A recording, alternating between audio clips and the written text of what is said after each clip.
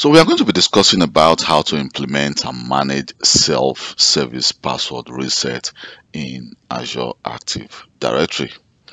So as you may know, Azure Active Directory self-password reset gives users the ability to change or reset their password without the intervention of an IT help desk or an IT service desk engineer.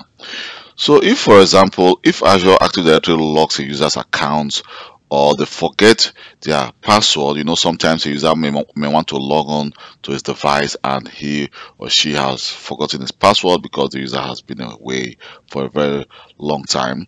So they can actually follow the prompt to unblock themselves and get back to work. So this ability actually reduces the help of the help desk or the help of an IT service desk administrator, which makes that user very productive. So imagine sometimes, I've worked in a company whereby the company is an international company and you have users all over the world. So if some users who started work, so like they say, the user works in China and they just started works very early in the morning, let's say and I live in Belgium, so maybe 1 p.m. there should be a different time here, or they just start 8 a.m. in the morning, and at 8 a.m. in the morning is a different time zone here in Belgium. So at that time, the user may have issues with his password and have to wait for hours before the user should be able to reset his password.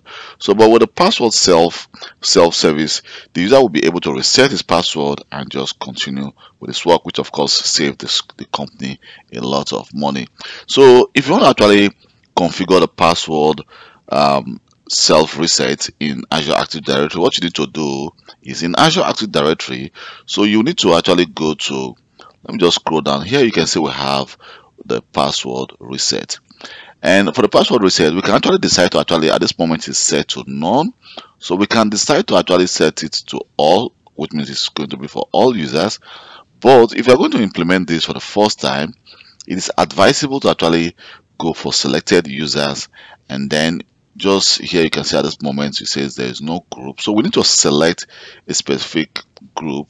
So I already create a group which are called SSPR test group, and then we're just going to select that. So I've already added some users to that group, and then you can see here we have the test group. So let me just click save. And also, if the user actually try to reset his password, there are some authentication method that the user will need to use. So we also need to actually configure that method here. For example, we can say the user can use an email address. Of course, when the user could not log into his device, he may definitely not have an email. Or we can actually remove the email and say, okay, we want to use the mobile app code or the mobile phone.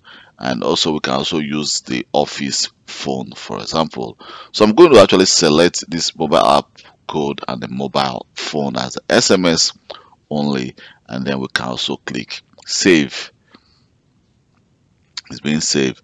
And if we go to registration, at this moment it says number of days before users are asked to reconfigure their authentication information, and here you can see it says we can actually put from 0 to about, I think, to about 730 days. But at this moment, after 180 days, that's the number of days the user will be asked to reconfirm their authentication method. If they are using a mobile telephone, they will be actually asked to actually verify if they still own that telephone. And also here you can see we have notification.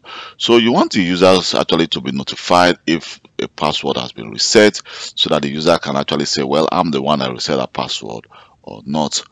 And also you can see we have the notify all admins when other admins reset their password. I think it's also a good idea to actually set this to yes, so that other admins will be notified when their password get reset. So we're just going to save that. So at this moment, any user who is actually in that group, so let me just go back again to Kelv Global, and here if I go to, let me just scroll up, and now we have the groups, and I'm going to search for the SSPR. So here we go. Here you can see we have our SSPR, and at this moment you can see we have total of 17 members. When I go to the members, you can see all the members in that group. And the advantage of doing this actually is the following. So if you've configured password right back in your on-premises domain, because now if you are using the Azure Active Directory sync, probably you've configured the password right back. So when a user resets his password in the cloud, automatically the password will actually be reconfigured or reset also on the users on the Azure on premises. So which means that the user will be able to use that same password to log on to his laptop or desktop to the domain. So that's actually one of the advantage of using the self-service password reset in Azure Active Directory.